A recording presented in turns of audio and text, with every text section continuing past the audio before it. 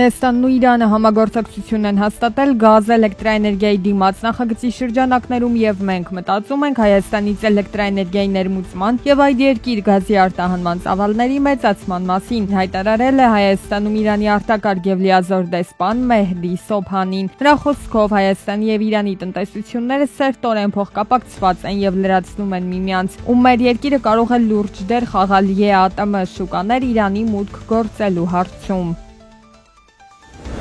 Եվրամիության երկրներից Շվեյցարիայից, Նորվեգիայից, Հարավային Կորեայից, Միացյալ Նահանգներից, Ճապոնիայից եւ Մեծ Բրիտանիայից Հայաստան ապրանքների ներմուծումը կպարզեցվի։ Կառավարության ընդունած որոշման համաձայն այդ երկրների արտադրանքը կազատվի ԵԱՏՄ չափանիշներով սերտիֆիկացումից, եթե առկա են Հայաստանում եւ ԵԱՏՄ-ում թույլատրելի վնասակար նյութերի մակարդակին համապատասխանությունը հաստատող փաստաթղթերը։ Ընդ որում նման արտադրանքը ենթակա չէ վերարտահանման ԵԱՏՄ մյուս երկրներ առանց եվրասիական համապատասխանության սերտիֆիկատի ձևակերպման։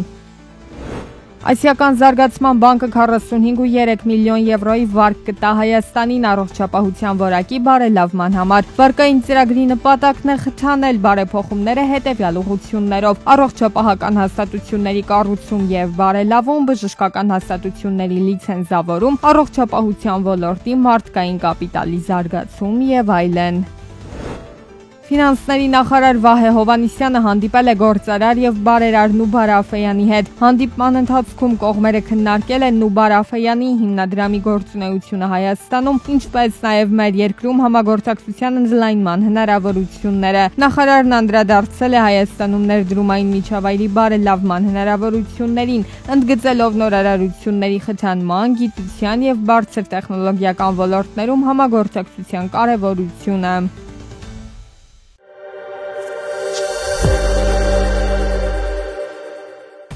Միացյալ Նահանգների արտահանման եւ ներմուծման բանկի տնօրենների խորհուրդը անցյալ շաբաթ հաստատել է ավելի քան $350 միլիոն արժողությամբ 3 ֆինանսավորման գործարք։ Գործարքներից մեկը Բաքվի համար զենք տեղափոխող ադրբեջանական Silkway ավիաընկերության համար ավելի քան $339 միլիոն վարկի հաստատումն է։ Սպասվում է, որ այդ ինքնաթիռները կմատակարարվեն մինչև 2026 թվականի գարուն։ Գործարքների արդյունքում կստեղծվի մոտ 700 աշխատատեղ։ Ֆրանսիան եւ Գերմանիան կոչ են անում կոշտ եւ միասնական պատասխան տալ Միացյալ Նահանգների մաքսատուրքերին։ Այս մասին հայտարարել է Ֆրանսիայի նախագահ Էմանուել Մակրոնը։ Գերմանիայի կանցլերը իր հերթին հայտարարել է, որ ամբողջ համաշխարհային տնտեսությունը կտուժի նահանգների չմտածված միջոցառումներից։ Իսպանիայի վարչապետն էլ հայտարարել է իսպանական տնտեսությունը 14.1 միլիարդ եվրո արժողությամբ առևտրային տուրքերից պաշտպանելու պետական ծրագրի մեկնարկի մասին։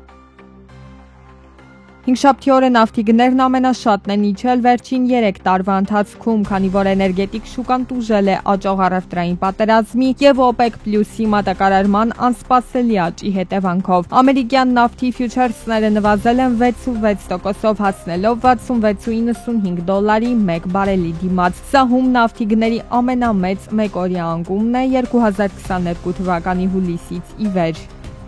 Գերմանական շքեղ ավտոմեքենաներ արտադրող Porsche-ն կարող է սկսել տանկեր եւ զենքեր արտադրել կապված Գերմանիայի ավտոարդյունաբերության խնդիրների եւ պաշտպանական ծախսերը մեծացնելու երկրի կառավարության ծրագրերի հետ։ 2024-ին 20 միլիարդ եվրոյի վնասից հետո ընկերության ղեկավարությունը պնդում է, որ պետք է դիմել կոշտ տնտեսական միջոցների եւ բիզնեսի նոր ոլորտները փնտրում։ Porsche-ն մտադիր է մինչեւ 2 միլիարդ եվրո ներդնել պաշտպանական նախագծերում եւ արդեն ներդրումներ է կատարել Quantum Systems ստարտափում, որը զբաղվում է անօդաչու թռչող սարքերի մշակմամբ։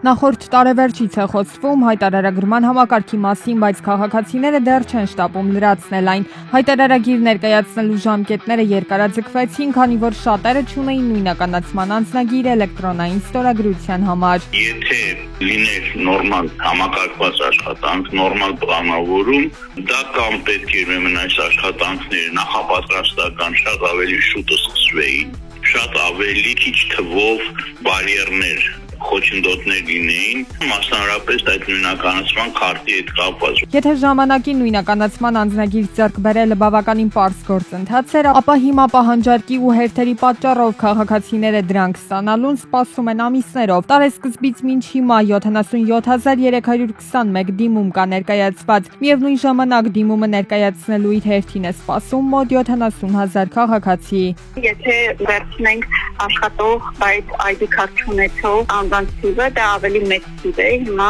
ըստ էության մենք միշտ ունենք այդ իրավիճակը, երբ սահմանված վերջնաժամկետների մոտ նոր աշխուժանում են հոսքերը, արդեն ավելի ուշ պետք է խոսենք ինչպիսին է դինամիկան։ Այս պահին այն թողնակությունը բավարար է։ Էլեկտրոնային ստորագրություն ձեռք բերելու համար նույնականացման քարտի վրա պարտադիր է կրիչի առկայությունը, որի ստանալը ևս իրենից որոշակի ժամանակ է ենթադրում։ ID քարտը վերցնելուց հետո անդը պետք է մոտենա իր հեռահաղորդակցության օպերատորին, տելեկոմ օպերատորին եւ փոխարինի իր բջջային քարտը։